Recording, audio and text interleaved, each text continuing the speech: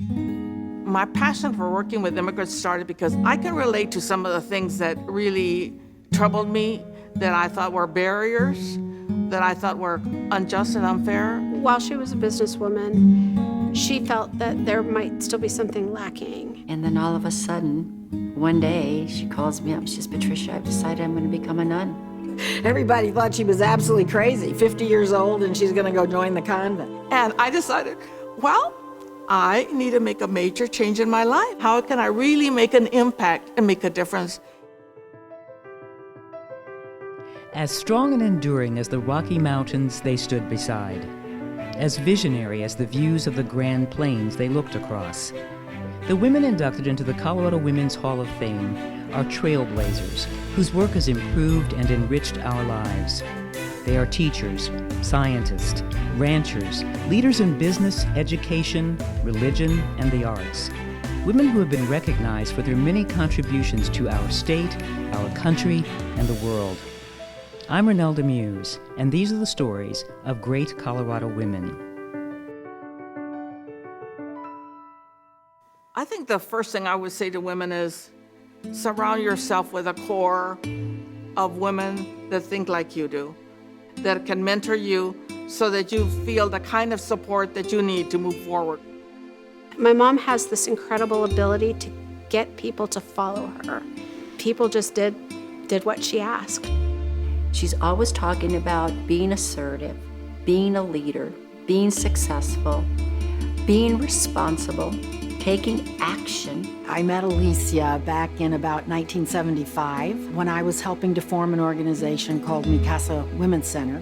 And we were talking about creating an organization that reflected the Hispanic culture, our values, and also the power and potential of Latina women. She wants to see people who have not been educated go on to college, particularly Hispanics and people of color.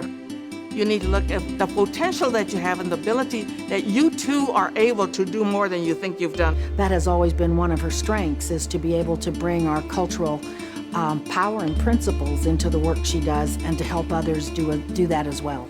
The difficulties she faced being a Latina, there was always a prejudice and a feeling that she was less than. And I think people don't understand that Latinos weren't even declared a minority till 1977, so we just didn't have an identity. I'm the first generation Mexican-American. I was born in California, raised in El Paso, Texas. Alicia is a Tejana, which means she comes from Texas. And Texas Latinas traditionally have a reputation for being very strong. It's a border state. There's been incredible discrimination against Latinos in that state. And she was actually raised in El Paso, which is right on the border. I think growing up in the border town was a great experience. It was always Spanish at home with Mexican cultural customs, English at school with very factual, down-to-earth, American-style behaviors. My mom got her passion definitely from her mother. My mother was interested in a variety of different things and introduced us to a lot of things. I like music, I like arts. She loves to dance. Oh my God, she loves to dance. Dancing is absolutely one of my very, very favorite things. It's singing. Mexican music and dancing, mariachis, and oh yes, I love to dance. Vida solo hay una. Life but one. And you need to do whatever you need to do with it. When she was a teenager, my grandfather put her and her sister on a bus and sent them to New York for the World's Fair, which was sort of unheard of at the time for someone her age and then for being in a Hispanic family. Being a risk taker was part of our growing up. My dad wanted us to try all kinds of things, and he encouraged us to move forward and do whatever we thought we could do. Go wherever you need to go, and don't feel like you're inferior. Go to that place, and you're as good as everybody else. Tú eres quien eres, y no como nadie más. You are who you are, and you resemble no one. My dad was a person who was very strong, proud of his heritage, proud of the fact that we were Mexican, proud of the fact of his culture, traditions, and language. They came over during the revolution in Mexico, during the arrest in Mexico. And they started a grocery store like a lot of immigrants. And then he started selling insurance, and he did very well. He's a salesman, a very good salesman. My grandmother was very into helping the community and instilled that into her kids. My parents were unusual at that time and place. They had a better education. They were community leaders. My dad was what they called Don Rosendo. Everybody came to my dad for any kind of issue and problems, and he took care of everything that needed to be taken care of in the neighborhood. And my mother was the one who was hospitable, opened up the house, everybody and anybody who came through. My mom was one of 4 sisters, and then she had a brother. Now, she comes from a large family. Her sisters are also very accomplished. And so I think she was instilled at a very early age with that desire to serve, but also that whole idea that she could serve best by becoming educated. And she went on, of course, to get her PhD and to write and to teach at universities, but also to reach back and help other young Latinas and other people in our community educate and advance themselves. Her dad was the person who loved that education and promoted education because it gives a person a sense of not just worth, but ability to do what you need to do in the world. Her family always stressed education and making something of yourself, but at the same time, having that tradition of remembering where you came from, remembering your culture, and remember that you're really here to make the lives of other, particularly Latinos, better. I'm very proud of the fact that I'm bilingual and bicultural. I consider myself, to a certain extent, a creative visionary. I had all these dreams and I read a lot of books. While everybody was looking at Hollywood, I was looking at, oh, maybe I could be an architect or an interior decorator or a geologist. I think she went into education because she was smart, and that was the thing to do. When you went to the university, that was all that was offered to women then. So you either could be a nurse or a teacher. So I went into teaching. In teaching others, she felt a greater sense of purpose. I taught at the El Paso School District for 10 years. I taught at first, second grade. I taught remedial reading, and I taught special education. And I taught in a school that was basically children that had recently come in from Mexico.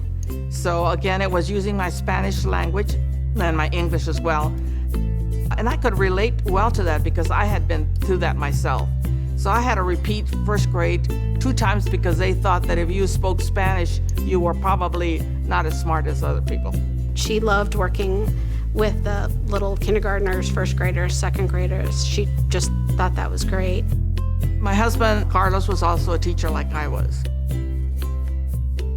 And he got a scholarship to come to the University of Denver to work on his master's, and then he worked on his doctoral. Denver was considered El Norte. It was the northernest part of the Southwest Territories that used to be part of Mexico. It's also been a magnet for Latino talent and for bringing people together that have the same vision about moving forward, but come from very different places.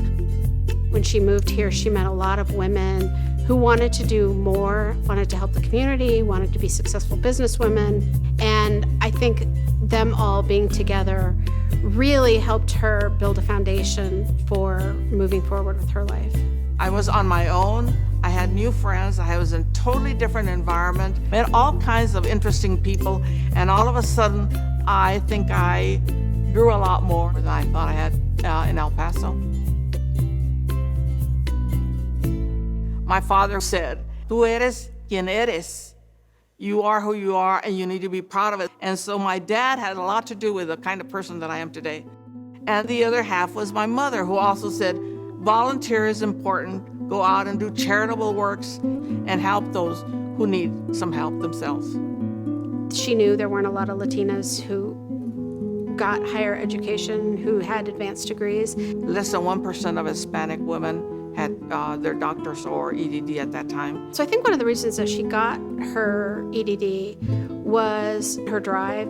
And so I think she felt like she had to succeed in order to prove people wrong. And I think part of that was my dad's influence telling us, that you can do anything you want to, and being a risk taker was part of our growing up. My dad wanted us to try all kinds of things, and he encouraged us to move forward and do whatever we thought we could do. I think it was just important to her to go as far as she could. You always use all the gifts or background that you've been given, right? My teaching background, my work with immigrants, my Spanish, my language, all of that came into being how I could relate to the recent immigrants themselves and their families. We started Adelante Mujer Hispana conference. She says, Patricia, you're really involved in the federal government, and I was doing a lot of workshops all over the country on empowerment of women within the federal government. And she says, you have experience in helping women in the work arena. I've got an education background.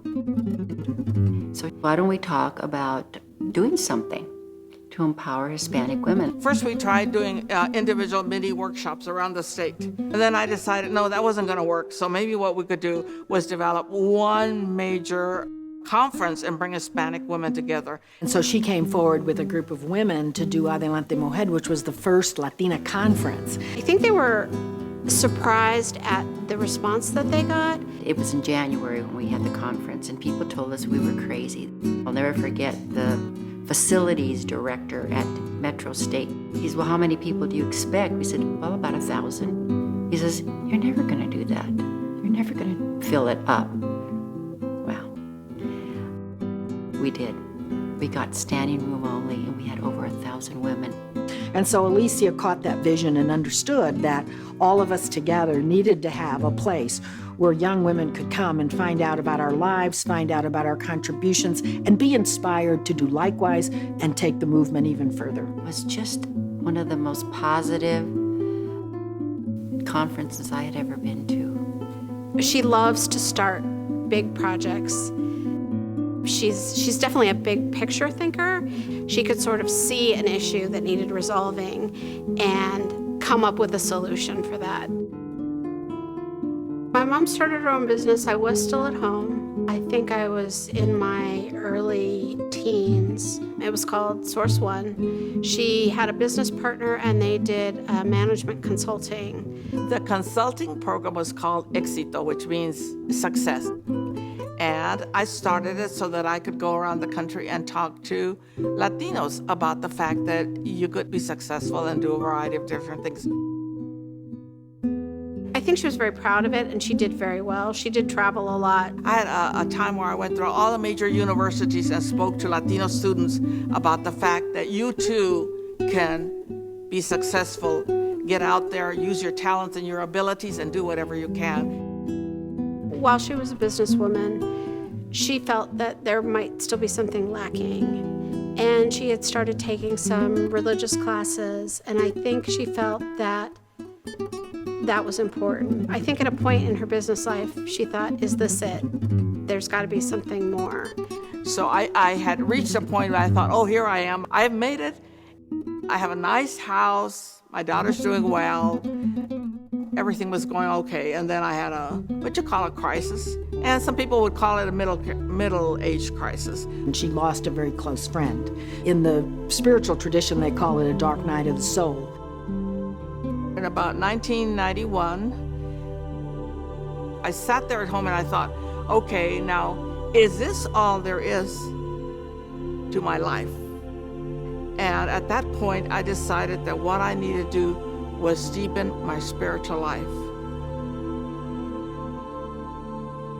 and go back to some of my basic roots and culture. That I needed to look back at how I could service and help others because I myself had done so well.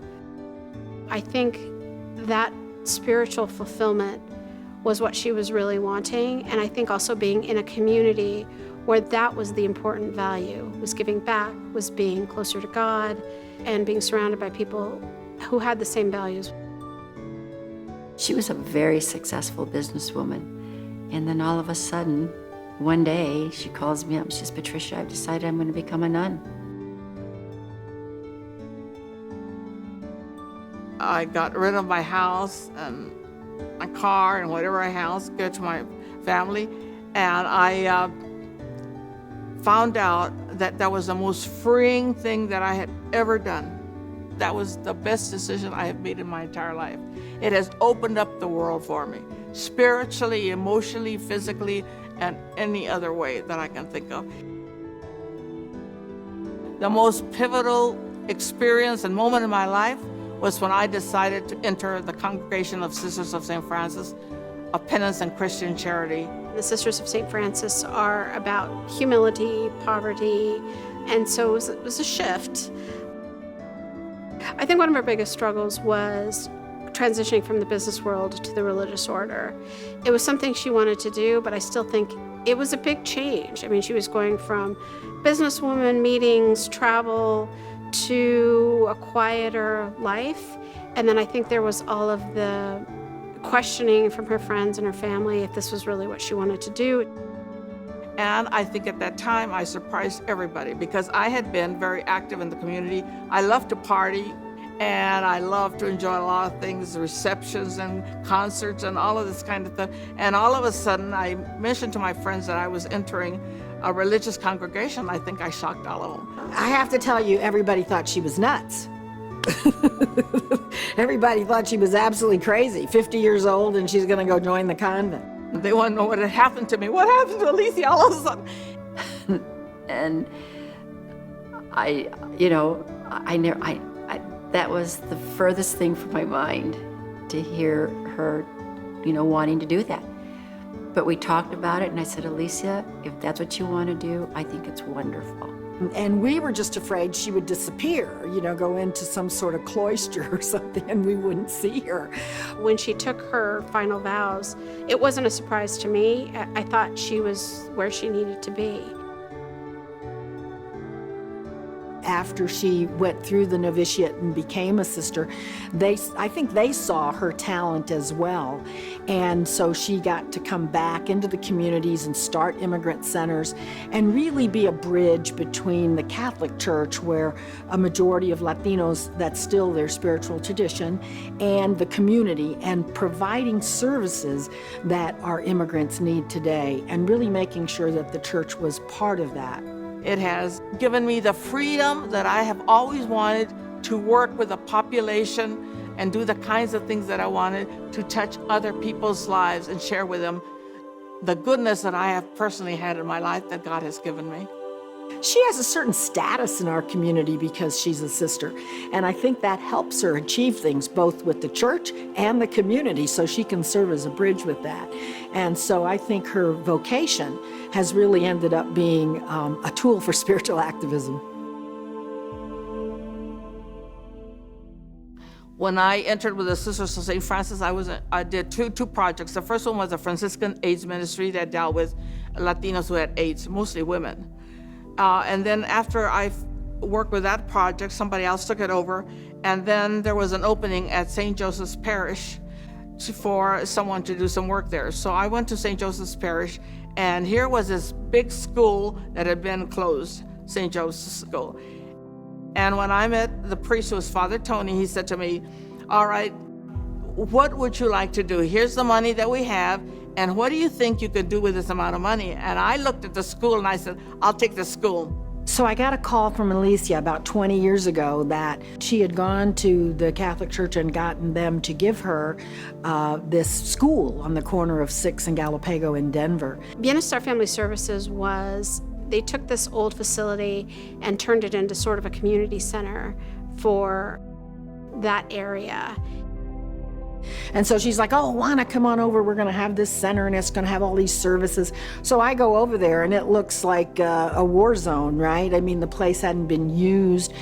There was old furniture, garbage, all kinds of stuff. And I'm thinking, is she crazy, right? Because to transform a place like that into a community center was going to be such work, and she was going to need so many resources. But of course, when Alicia asks you to help, you help. And so we all rolled up our sleeves, and she began to offer all kinds of services. When she started at Centro Bienestar, she saw the needs specifically of Hispanic individuals who didn't have what they needed here in Denver. And that program started literally with her scrubbing the floors and trying to get an area clear so she could have classes. begin for some of these individuals. And it was a program that grew and grew and grew. And it grew because the needs are there. And then when the Catholic Church saw what an incredible thing this was, they of course brought it here on Lawrence Street to make it an even bigger endeavor and began to fund it and began to get staff. When you think of starting without anything at St. Joseph's and building the program and ending up after 3,000 students a year, after 16 years, almost 50,000 students have entered the school. And when you think of the ripple effect of all those families we have touched, not only the ones who have gotten a degree here, have come to ESL or GED, or to the program on how to start a small business, but to their children, to see that we have reached out and touched the lives and made a difference in so many people has been for me something that I can't even imagine.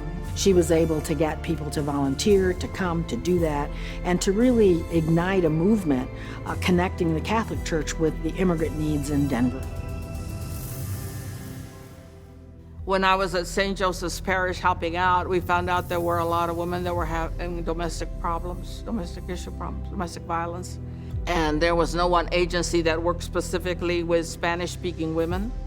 So we decided that we needed to get a core group of women together and start a program in domestic violence for Spanish-speaking immigrant women who had no place to go. So she calls me up one day and she says, Patricia, I'm noticing while I'm working here that a lot of our women are being abused in their homes, especially a lot of immigrant women. And we don't have a safe house for them where they can go and get resources and services. The Latina Safe House has been a passion for Alicia. It's important because when you have an immigrant person in particular, or someone who doesn't have the mastery of the English language and has that kind of trauma in their life, where do they go? So we sat down, 4 of us sat down, and we talked about how can we help our Latinas who are being abused to feel safe. Again, her ability to bring people together to form a special safe house that would really attend to Latinas and who would help them understand that they could come there and get help. All of these programs, I think, are largely successful due to the fact that she knows so many people. She's so practical. She's not afraid to go out and ask people to volunteer or to contribute money. It does take courage to approach somebody and say, you have something to contribute and I want you to do it because there's a need and you really need to step up. And she's not afraid to do that. What I love about Alicia is that she is so committed to the community. I've done a lot of work with community organizations, with the Mile High United Way, with the American Red Cross, with the Denver Art Museum, and a variety of other places, Denver Hispanic Chamber of Commerce. And then doing the outreach to all the communities, developing partnerships with this community, developing partnerships with a lot of different agencies to let them know that we're having programs here. For AARP in Colorado, working in the Hispanic community is very important, and Sister Alicia has been a key leader orienting us towards working with the immigrant community in particular, and that has shaped the agenda of AARP in Colorado. For Alicia, as with many leaders, it's the idea that you can't give up. So sometimes you embark on the Latina Safe House and you think, oh, maybe a couple of years, and it ends up being 10 or 15. Or you embark on an immigrant center and now it's been 20 years. And so I think that idea of a lifelong commitment, the idea that this is going to take your lifetime to see the fruition, is one of the things that has really become something that she holds, that she really is able to accomplish and do because she has that long-term view that her work will be her life. One of the things that my mom would like to do next is work with Centro San Juan Diego on actually a STEM program. I don't want to stop what I'm doing. I want to come back to the center. I'm coming back to the center. I'm helping to develop the classes. She feels that there aren't enough Latinos in STEM. I would like to go out and speak to more groups about the idea that women can do a lot more than others think we can do, or that they think they can do, or that our families think that we can do. So that the people who are graduating from here have higher paying jobs that are more needed in our society today. She'll go down in history as being one of the trailblazers and pioneers and such a kind, loving human being to give back to the community. And I feel that's one of her greatest accomplishments. My mom has always, from as far back as I can remember, been about helping the community. We're here to preserve this legacy for future generations. We're here to make sure our children have the same opportunities we do. And we're here to save the planet. And I think she has made that commitment, and that her greatest legacy is to show that a life well lived and a life that you continue to live into your 80s and beyond is an example that we can all follow. Thank you, God, for placing me in this place at this time and giving me the possibility, the skills, the knowledge, the education that I have needed to make a difference and hopefully leave a legacy, which is all about touch somebody's life besides your own. Make a difference. And what else can you do besides that? That's a life passion, a life goal, and what can I say? The best thing that's ever happened to me.